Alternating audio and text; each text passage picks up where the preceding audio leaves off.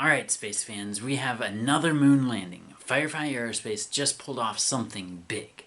Their Blue Ghost Lander successfully touched down on the moon, making it the first fully successful commercial lunar landing.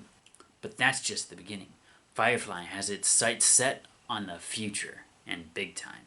They're not just sending robots to the moon. They want to help build a permanent lunar presence. So today we're breaking down some of the details of the Blue Ghost landing, what Firefly is planning next, including a second moon mission, and the big one, what role or roles will Firefly play in creating a permanent moon base? I'm Ben, this is Physics or Bust. So first let's talk numbers, because this was no small feat. Blue Ghost launched aboard a Falcon 9 rocket from the Kennedy Space Center, carrying 10 science payloads, including some high-stakes scientific experiments under the Commercial Lunar Payload Services program. It traveled 239,000 miles before touching down on the moon's Mare Crisium, a lava plain that scientists think could tell us a lot about lunar history. How is their landing accuracy? Within 1 kilometer of its intended target, which is pretty good for a rookie moon landing. How long will the mission last? At least 14 days, because that's 1 lunar daylight period. And since their power source is a combination of solar panels and internal batteries, Blue Ghost is expected to freeze solid, ending the mission during the brutal lunar night where temperatures drop to negative 173 degrees Celsius. That's almost as cold as liquid oxygen. So after a little over 2 weeks, Blue Ghost is just going to be a solid block on the moon. But hey, it'll get the job done, right? And this is only the beginning. Alright, so landing 1 lunar robot is cool. But Firefly Aerospace is already working on its second moon mission, Blue Ghost 2. Its target? The lunar South Pole, home to potential ice deposits and a prime location for the future lunar base. The launch date is expected in 2026 aboard a Falcon 9, with key payloads being NASA's Lucy Night Telescope, designed to study the universe from the lunar far side, and a set of lunar resource experiments, critical for understanding how we can get minerals and other resources from the moon itself. And here's where it gets really interesting. Firefly isn't stopping at robotic missions.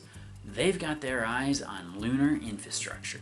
What if I told you that Firefly Aerospace isn't just sending landers to the moon, they're actually preparing the moon for future lunar exploration? NASA is racing to establish a permanent lunar outpost on the moon with the Artemis program, using a bunch of private companies.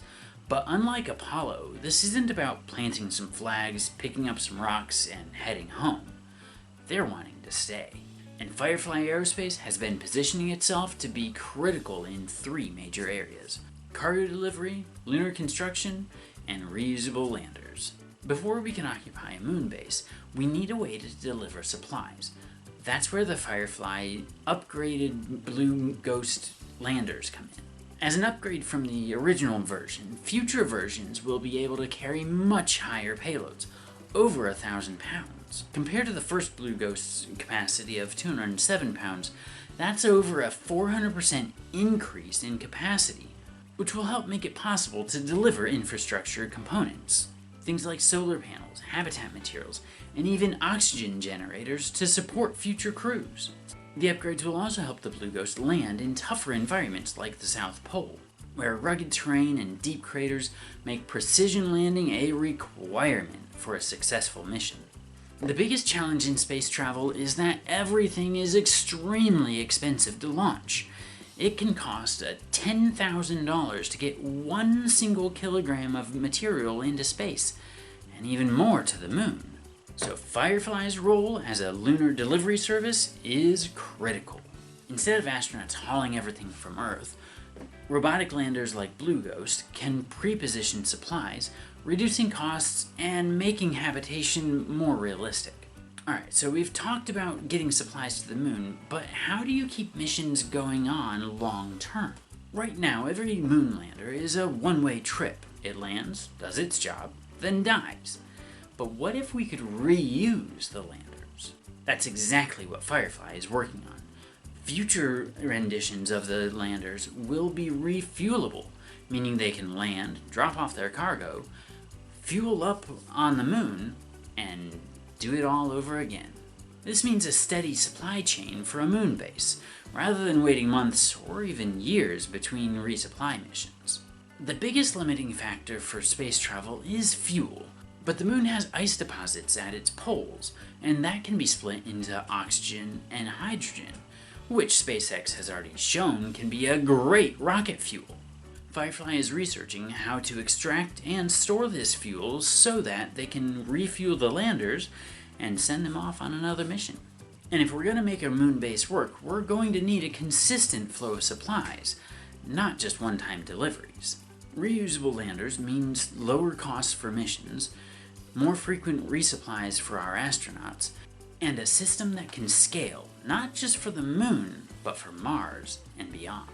Basically, Firefly Aerospace isn't just visiting the moon, they're working on setting up shop. And if Artemis succeeds, they could be one of the major suppliers keeping a moon base running. And that's where things get exciting, because a moon base isn't just about having a cool lunar base. It's the first step in having trips to Mars. Here's the big picture.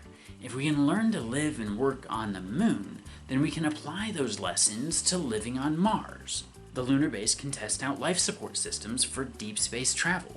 We'll have experience extracting resources from an extraterrestrial body that we can apply to Mars, rather than hauling everything from Earth. And most importantly, the moon can become a fueling station for Mars missions, using the hydrogen and oxygen from lunar ice to refuel the rockets.